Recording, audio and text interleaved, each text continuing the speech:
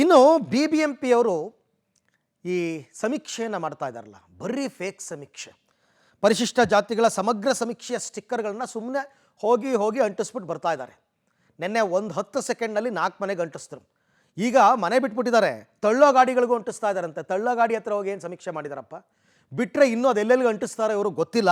So BBMP ಸಮೀಕ್ಷೆ ಕಳ್ಳಾಟದ ಒಂದು exclusive ಸುದ್ದಿ ಇದೆ, ನೋಡೋಣ ಬನ್ನಿ. ಪಬ್ಲಿಕ್ ಟಿವಿಯಲ್ಲಿ ಸಮೀಕ್ಷೆಯ ಮತ್ತೊಂದು ಕಳ್ಳಾಟ ಬಯಲು. ತಳ್ಳೋ ಗಾಡಿಗೂ ಪರಿಶಿಷ್ಟ ಜಾತಿಗಳ ಸಮೀಕ್ಷೆ ಮಾಡಿದ ಸಿಬ್ಬಂದಿ. ಮುಂದುವರಿದ ಫೇಕ್ ಸರ್ವೆ, ಅಧಿಕಾರಿಗಳು ಮೌನ. ಬೆಂಗಳೂರಿನಲ್ಲಿ ಪರಿಶಿಷ್ಟ ಜಾತಿ ಸಮೀಕ್ಷೆ ಅಪೂರ್ಣವಾಗಿದ್ದರೂ BBMP ಅಧಿಕಾರಿಗಳು ಸಮೀಕ್ಷೆ ಪೂರ್ಣಗೊಂಡಿದೆ ಅಂತ ಸ್ಟಿಕ್ಕರ್ಗಳನ್ನ ಅಂಟಿಸ್ತಾ ಇದ್ದಾರೆ. ನಗರದಲ್ಲಿ ಫೇಕ್ ಸಮೀಕ್ಷೆ ನಡೀತಾ ಇದ್ದು, ಇದಕ್ಕೆ ಸಂಬಂಧಿಸಿದ ಹಲವು ವಿಡಿಯೋಗಳು ಇದೀಗ ಬೆಳಕಿಗೆ ಬರ್ತಿವೆ. ಕಾಡುಬೀಸನಹಳ್ಳಿ ರಸ್ತೆಯಲ್ಲಿ ತಳ್ಳುವ ಗಾಡಿಗೆ BBMP ಸಿಬ್ಬಂದಿ ಸ್ಟಿಕ್ಕರ್ ಅಂಟಿಸಿದ್ದಾರೆ.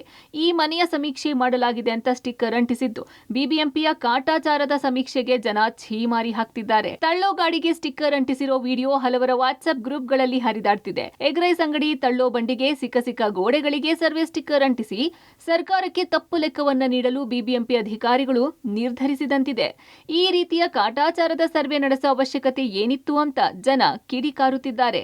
ಮನೆಗೆ ತೆರಳಿ ಪರಿಶಿಷ್ಟ ಪಂಗಡದವರು ಆಗಿದ್ರೆ ಆ ಮನೆಯವರಿಗೆ 40ಕ್ಕೂ ಹೆಚ್ಚು ಪ್ರಶ್ನೆಗಳನ್ನ ಕೇಳಿ ಮಾಹಿತಿಯನ್ನ ಸಂಗ್ರಹ ಮಾಡಬೇಕು. ಆದ್ರೆ ಇದ್ಯಾವುದು ವಿಚಾರಿಸದೆ ಮನಸ್ಸಿಗೆ ಬಂದಂತೆ ಸ್ಟಿಕ್ಕರ್ ಅಂಟಿಸ್ತಿರೋದ್ರಿಂದ ಸರ್ಕಾರಕ್ಕೆ ನಿಜವಾದ ಅಂಕಿ ಅಂಶವೇ ಸಿಗುವುದಿಲ್ಲ.